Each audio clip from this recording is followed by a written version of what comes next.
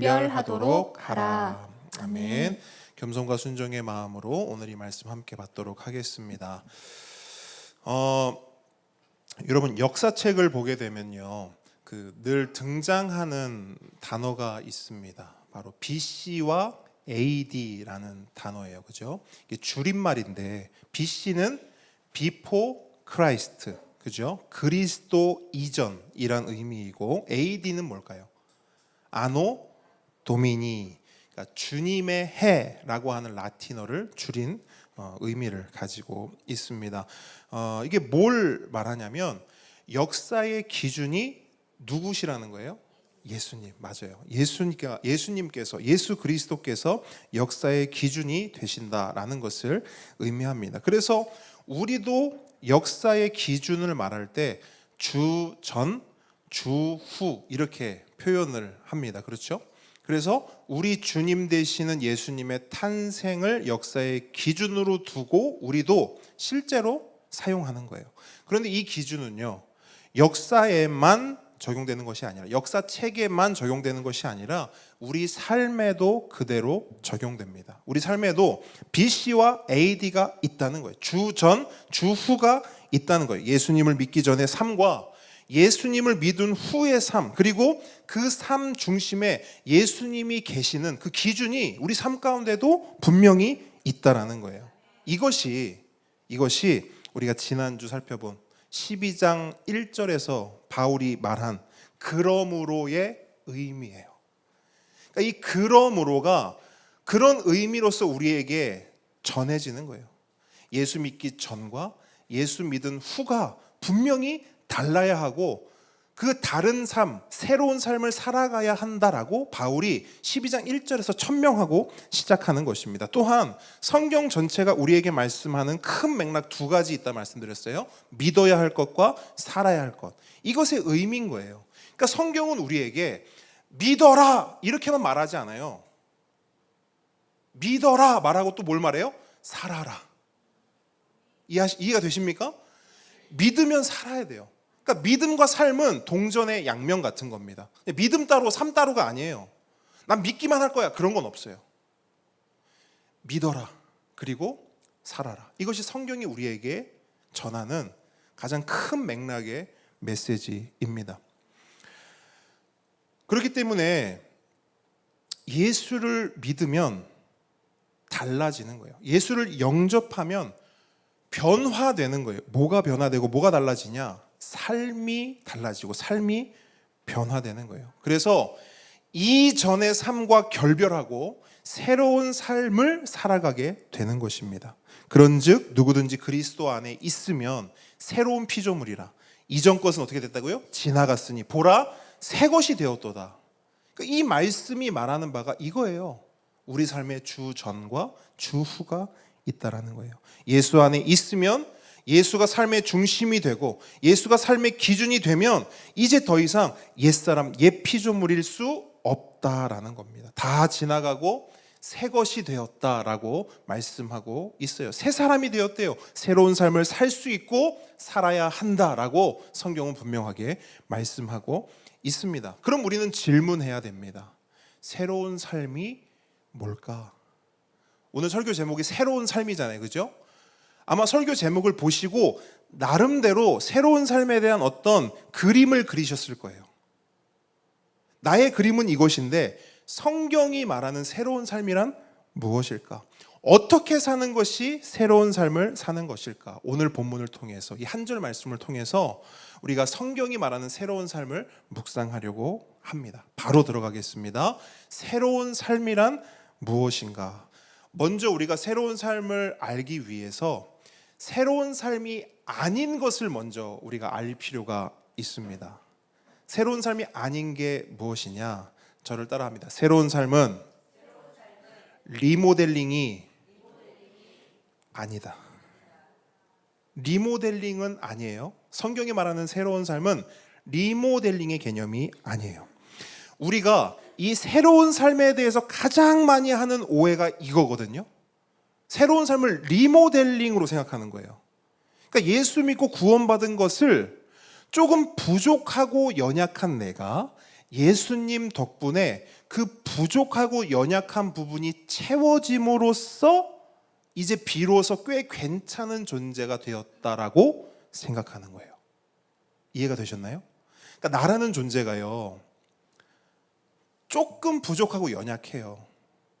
어떤 사람은 그 사람보다 조금 더 부족하고 연약한 부분이 많을 수도 있어요. 근데 나의 그 부족하고 연약한 부분을 누가 채워주셨어요? 예수님이 채워주셔서 이제 나는 새로운 삶을 살아간다 라고, 이런 개념으로, 이런 뭔가 리모델링적인 개념으로 이 새로운 삶을 접근한다라는 거예요. 여러분, 리모델링이 뭡니까? 기존에 있던 것을 그대로 둔 상태에서 뭔가 변화를 주는 거죠. 그죠? 그걸 우리는 리모델링이라고 해요. 자, 우리 예배당이 리모델링한 공간이에요. 그죠? 원래 교회가 있었어요. 근데 원래 교회가 있었는데 그 원래 교회에서 뺄 것은 빼고, 그렇죠? 또 추가할 것은 추가하고, 그렇게 만들어진 공간이 이 공간이에요.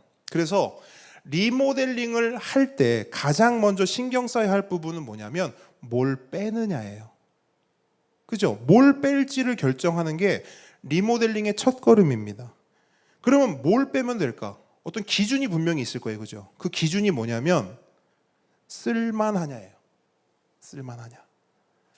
그러니까 리모델링을 할 때요, 쓸만한 것은 두는 거예요. 그리고 쓸만하지 않은 것은 빼는 거예요.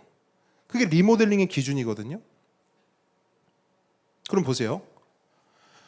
만약에 새로운 삶을 그냥 리모델링 정도로만 생각한다면 그 전제가 뭐가 되냐면, 우리 삶에 쓸만하지 않은 것도 있지만, 부족하고 연약한 것도 있지만, 반대로 쓸만한 것도 있다 없다? 있다. 그걸 전제해요.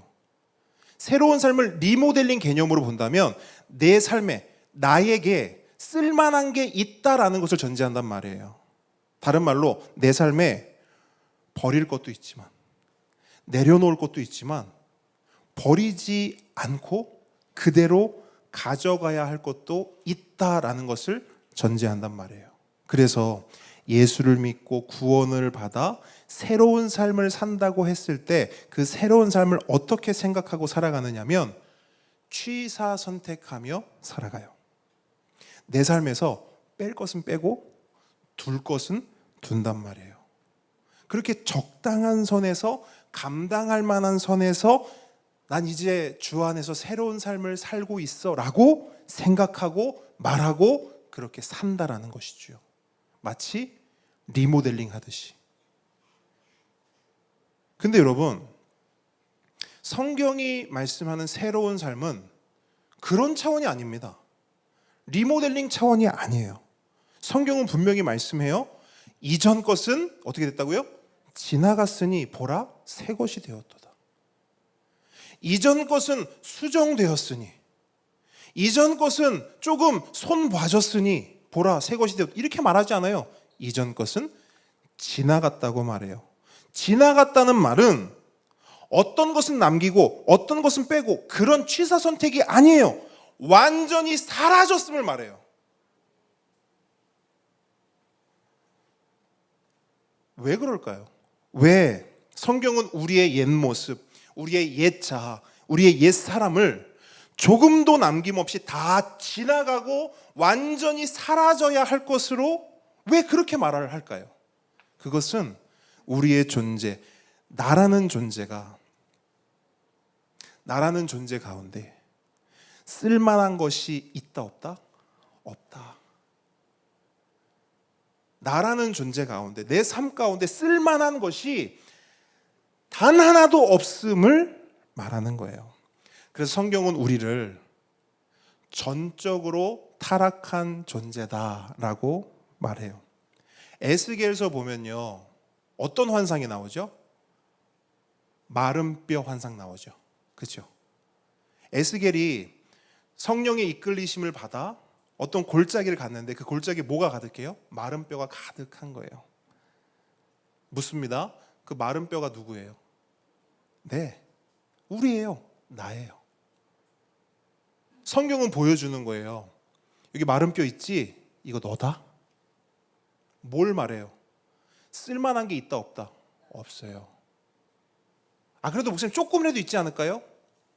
없어요. 여러분, 마른 뼈가 뭘 할 수 있어요? 죽은 시체가 뭘 할 수 있어요? 아무것도 할 수 없어요. 전적 타락, 전적 무능의 상태예요. 누가요? 우리가요. 우리 인간이, 우리 사람이요. 그게 성경이 우리 사람을 보고 정의하는 모습이에요. 여기가 조금 부족하고 저기가 조금 연약해서 여기 조금 고치고 저기 조금 다듬어서 쓸만한 그런 존재가 아니라 아예 손도 댈 수 없는 취사 선택, 리모델링 이런 말들이 가당치도 않은 정말 마른 뼈와 같은 존재, 그런 존재가 누구다? 우리 나라는 거예요. 그러므로 우리가 분명히 기억해야 할 것은 성경이 말씀하는 새로운 삶이란 절대 리모델링이 아니다라는 사실이에요. 절 따라합니다. 새로운 삶은 리모델링이 아니다. 리모델링이 아니에요. 여러분, 새로운 삶 딱 떠올리셨을 때 이제 딱 기억하셔야 돼요. 첫 번째는 리모델링이 아니다. 기억하셔야 돼요. 그럼 두 번째는 뭐냐? 성경이 말씀하는 새로운 삶에 대해서 이야기를 할 거예요. 저를 따라합니다. 성경이 말씀하는 새로운 삶이란 재건축이다. 리모델링이 아니라 재건축이에요. 삶의 일부를 조금 리모델링하는 그런 수준이 아니라 삶 전체를 완전히 리빌드하는 재건축이에요. 그러면 리모델링과 리빌딩의 차이점이 있겠죠. 있어요. 그 차이점이 뭐냐? 가장 큰 차이점은 시작이에요. 시작. 어떻게 시작되느냐예요. 리모델링의 시작은 기존 것을 어떻게 하고 시작하죠? 그대로 두고 시작해요. 그죠? 그대로 두고, 아까도 말씀드렸듯이 뺄 거 빼고 둘 거 두고 그대로 시작하는 게 리모델링이에요. 근데 리빌딩, 재건축은 어떻게 시작해요? 기존 것을 완전히 다 갈아엎어요. 정확한 표현이에요. 갈아엎어요. 싹 밀어버리고 시작해요. 왜 그렇게 시작할 수밖에 없죠? 그게 있으면 재건축이 돼요, 안 돼요? 안 돼요. 안 돼요. 안 돼요. 그래서 실제로 재건축을 할 때 가장 먼저 하는 일이 뭐냐면 원주민들을 내보내는 겁니다. 그렇죠? 뭐 아파트를 재건축한다 할 때 제일 먼저 하는 것은 원주민들을 내보내는 거예요. 그렇게 원주민들을 다 내보내고 기존의 건물들을 다 철거한 후에 비로소 재건축이 시작되는 겁니다. 새로운 건물이 올라가는 거예요. 새로운 삶도 마찬가지로 볼 수 있겠죠. 가장 먼저 누굴 내보내요? 원주민을 내보내요. 그럼 물을게요. 우리 안에 살던 원주민이 누굴까요? 네? 자, 뭐 여러 가지로 표현할 수 있어요. 근데 성경은 이렇게 표현하더라고요. 저는 이 표현이 가장 정확한 것 같아요. 너희가 전에는 어둠이더니. 네? 이게 우리의 정체성이에요. 우리 안에 살던 원주민은 뭐예요? 어둠, 죄, 죽음, 자기 중심성, 자아, 그죠? 사단. 뭐 여러 가지로 표현할 수 있겠어요. 하지만 성경은 딱 하나를 말해요. 너희가 전에는 어둠이더니. 그러다 보니 여러분, 어둠이 원주민이에요. 그럼 어둠이 집을 짓고 살잖아요. 그 집은 어때요? 밝아요? 우중충, 그죠? 생각만 해도, 그죠? 어둡고 뭔가 습하고 별로 안 좋을 것 같은 느낌이 드는 거예요. 그러니까 그 나물의 그 밥인 거죠.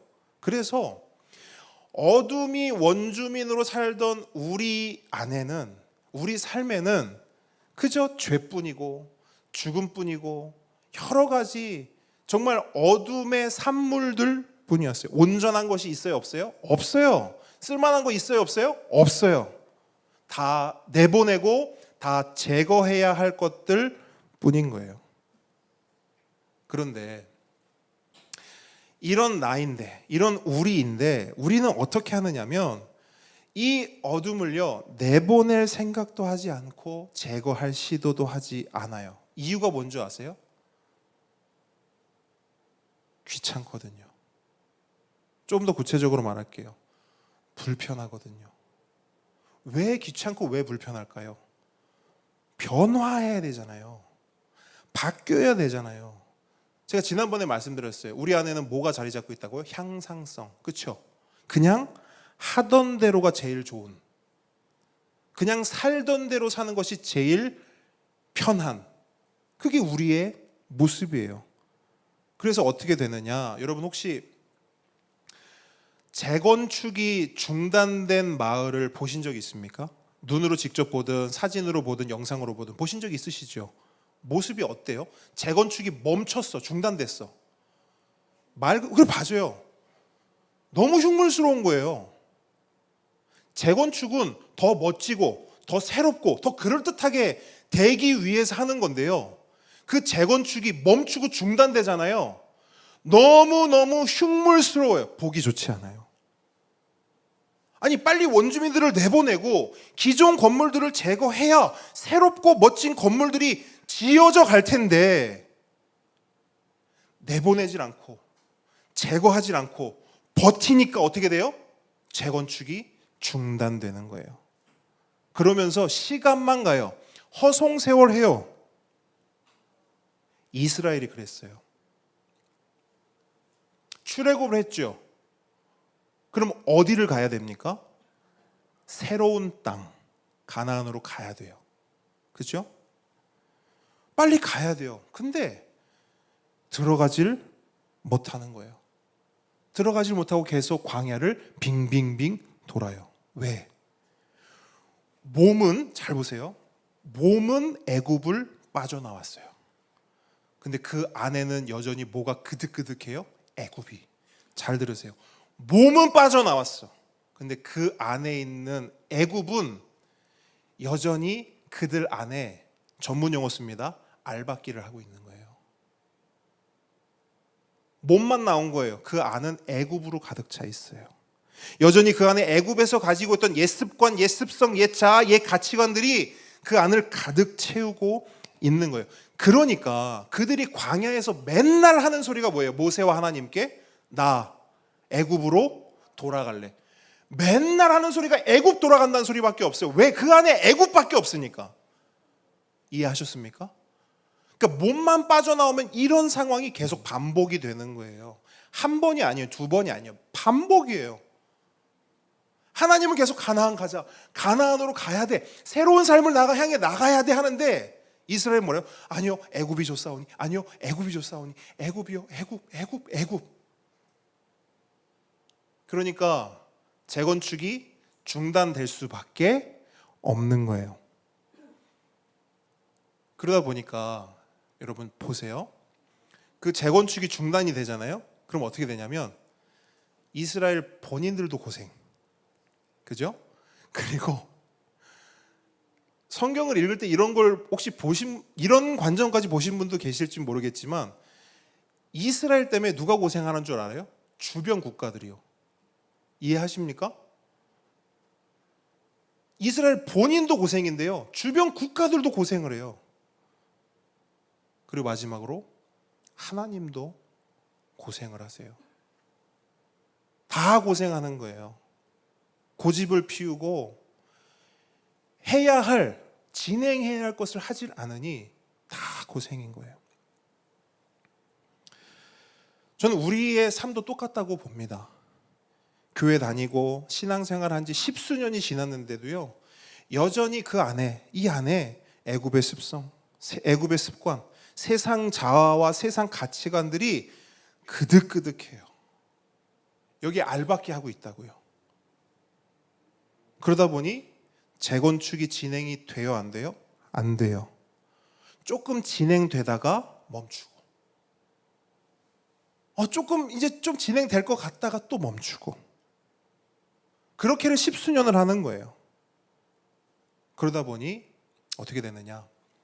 분명 교회도 다니고 신앙생활도 하고 하나님도 믿는데 그 삶을 보면 나도 고생. 나만 고생해요? 아니죠. 주변 사람들 고생. 또 누가 고생해요? 하나님도 고생.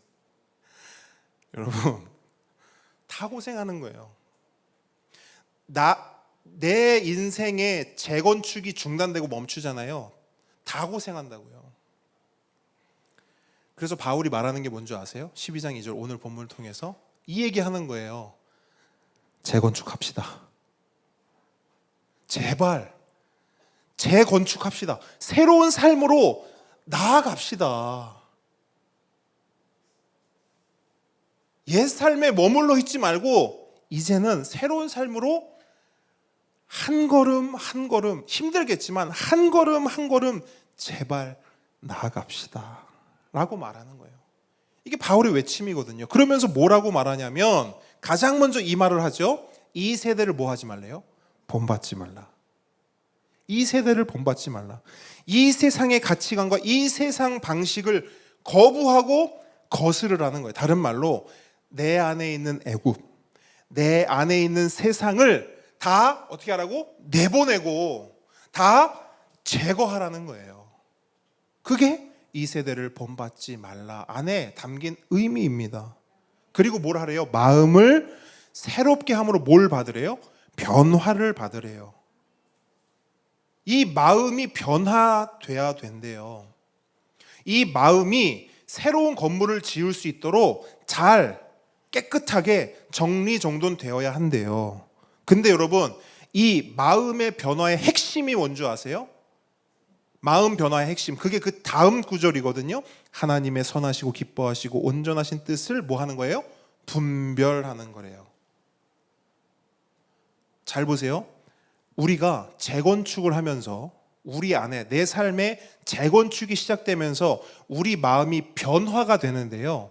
그 변화의 핵심, 그 변화의 최종 목적이 뭐냐면 하나님의 뜻을 분별하는 거래요.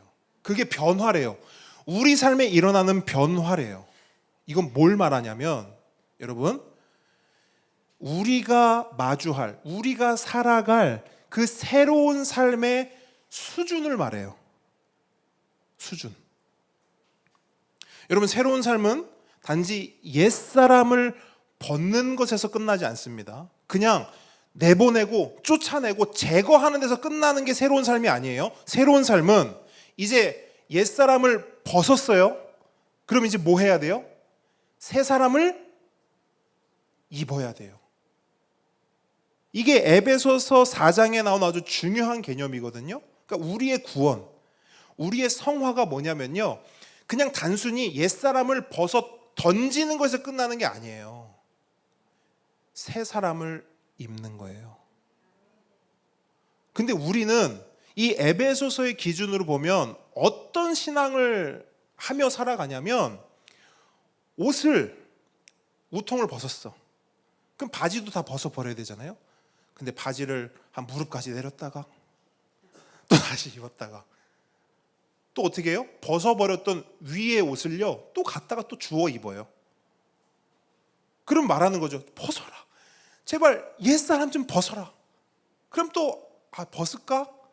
하면서 또 바지를 또 무릎까지 내려요. 그러다가 또 시간만 가다가 또 다시 축혀 입고 이것만 계속하고 있는. 또 어떤 사람은요 옛 옷을 벗었어. 그죠? 옛 옷을 벗었어요. 그럼 뭐 해야 돼요? 그냥 뻘거벗고 다녀야 돼요? 아니죠. 새 사람을 입어야 되잖아요. 새 옷을 입어야 되잖아요. 근데 이걸 또 안 하는 사람들이 있는 거예요. 그냥 벗고만 끝이야. 와, 난 새로운 삶을 살고 있어. 새로운 삶이 아니죠. 이거죠.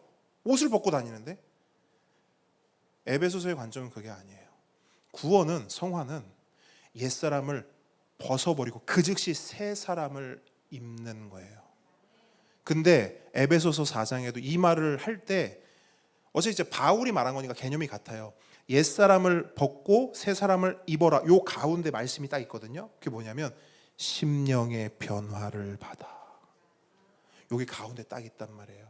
옛사람을 벗고 심령의 변화를 받아 새 사람을 입어라. 그러니까 이게 굉장히 중요한 개념이에요. 자, 우리가 예수를 믿고 구원을 받아 새로운 삶을 사는 것은 이처럼 차원이 달라지고 수준이 달라지는 거예요. 옛사람은 벗고 새 사람을 입는 겁니다. 근데 왜 수준 이야기를 할 수밖에 없냐면 우리의 원래 수준이 있기 때문이에요. 여러분, 우리의 원래 수준이 뭡니까?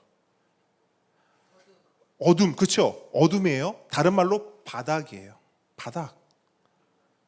그래서 리모델링도 되지 않고 완전히 망가지고 전적으로 타락한 그런 존재예요. 집사님 말씀하셨던 어둠과 같은 그런 존재. 그게 우리의 수준이란 말이에요.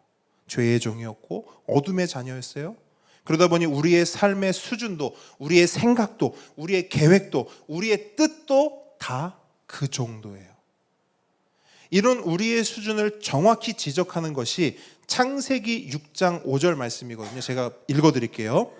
여호와께서 사람의 죄악이 세상에 가득함과 그의 마음으로 생각하는 모든 계획이 항상 악할 뿐임을 보시고, 그러니까 하나님이 사람을 이렇게 본 거예요. 근데 그 사람을 보니까 그 마음의 생각, 계획, 모든 뜻이 악한 거예요.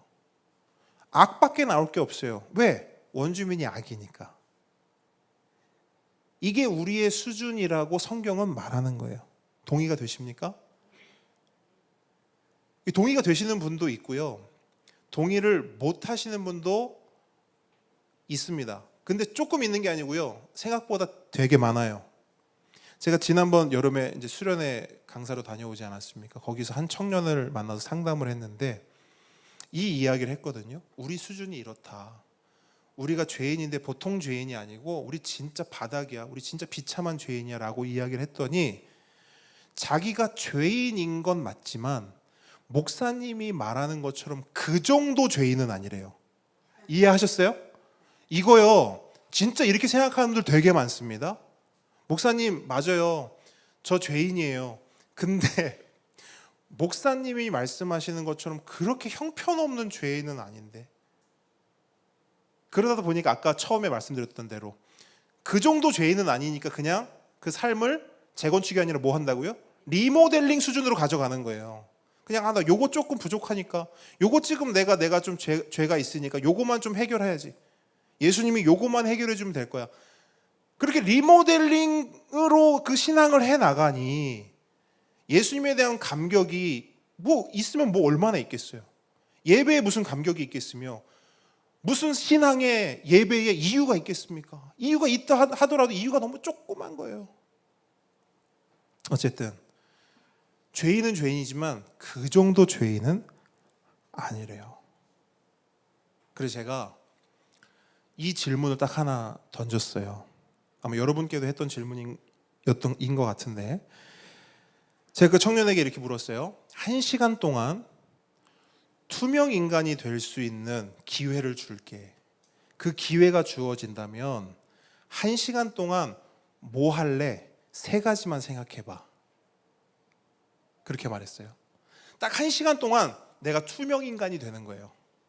자, 투명 인간이 된다는 건 뭐예요? 내 마음대로 뭐든지 할 수 있다는 거죠. 내가 원하는 곳에 마음대로 갈 수 있고 원하는 것을 다 가질 수도 있고 원하는 것을 다 할 수 있어요. 근데 그 청년이요, 뭐 10분, 5분? 아니요. 1분 정도 생각하더만 고개를 푹 숙여요. 그러면서 저한테 뭐라 하냐면, 목사님 말이 맞아요. 이렇게 얘기하는 거예요. 여러분, 그 짧은 1분 동안에 어떤 일이 있었을까요? 그 마음에 생각하고 뜻하고 계획한 바가 선했을까요? 악했던 것이지요. 그걸 본인이 경험한 거예요. 그러면서 이야기합니다. 목사님 말이 맞는 것 같아요. 성경이 말하는 게 맞는 것 같아요. 우리는 어떨까요? 만약 우리가 우리 마음으로 생각하고 상상하는 것들이 유튜브로 전 세계에 생중계된다고 한번 생각해 보세요. 사람들은 저를, 여러분을 어떻게 평가할까요? 내 안에 있는 모든 생각, 내 안에 있는 모든 것들이 사람들에게 보여진다면 사람들은 우리를 어떻게 평가할까? 근데 여러분, 하나님은 지금 그걸 평가하고 계시는 거거든요. 창세기 말씀으로요. 왜냐하면 하나님은 유튜브 생중계 필요 없이 우리의 중심을, 우리의 마음을, 우리의 뜻을 보시는 분이기 때문이에요. 그런데 여러분, 너무나 감사한 것은 하나님께서 그런 우리를, 모든 생각과 모든 계획이 악한 그런 우리를 그냥 내버려 두지 않으신다는 거예요. 오히려 하나님은 어떻게 하시나? 그런 우리가 변화되기를 원하세요.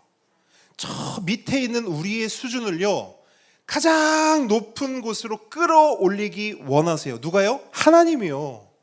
근데 그 수준, 여러분, 저 바닥에서 이 높은 수준으로 끌어올리길 원하시는 그 하나님이 생각하시고 하나님이 뜻하시고 하나님이 계획하시는 그 수준이 어떤 수준인 줄 아세요? 그게 오늘 본문에 나온 거예요. 하나님의 선하시고 기뻐하시고 온전하신 뜻을 분별할 수 있는 수준까지 우리를 끌어올리시길 원하신다라는 거예요.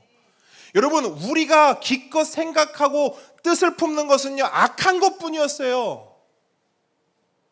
근데 그런 우리를 하나님은 끌어올리신다고요. 하나님의 선하시고 기뻐하시고 온전하신 뜻을 분별하는 수준까지. 여러분, 이 얼마나 큰 은혜입니까? 여러분, 우리가 하나님의 뜻을 보는 거예요. 하나님의 뜻을 듣는 거예요. 하나님의 뜻을 이해하는 거예요. 그리고 하나님의 뜻을 받아 살아가는 거예요. 그게 하나님께서 우리에게 원하시는 새로운 삶인 것입니다. 더 이상은 내 뜻이 아니라 하나님 뜻으로 사는 삶. 아멘. 내 힘이 아니라 하나님의 능력으로 사는 삶. 이것이 우리가 살아야 할 재건축된 삶, 새로운 삶이라는 거예요. 하나님은 그렇게 우리의 삶, 나의 삶을 재건축하길 원하십니다. 재창조되길 원하세요. 함께 걷는 성도 여러분, 어떻게 하시겠습니까? 그냥 목사님, 저는 그냥 리모델링이나 하면서 그냥 그렇게 할래요. 그게 편해요. 그게 좋아요. 이렇게 사시겠습니까? 아니면 하나님 원하시는 대로 썩어져가는 구습을 따르는 옛사람을 완전히 벗어버리고 심령이 새롭게 되어 의와 진리의 거룩함으로 지으심을 받은 새 사람을 입는 그 리빌딩, 재건축, 재창조되는 그 신앙생활을 하며 살아가시겠습니까? 간절히 바라기는 우리 모두가 그리스도 예수 안에서 함께 지어져 가는 그런 하나님의 재건축, 신도시, 새로운 삶을 살아가는 우리 모두 함께 걷는 교회 성도 되기를 주님의 이름으로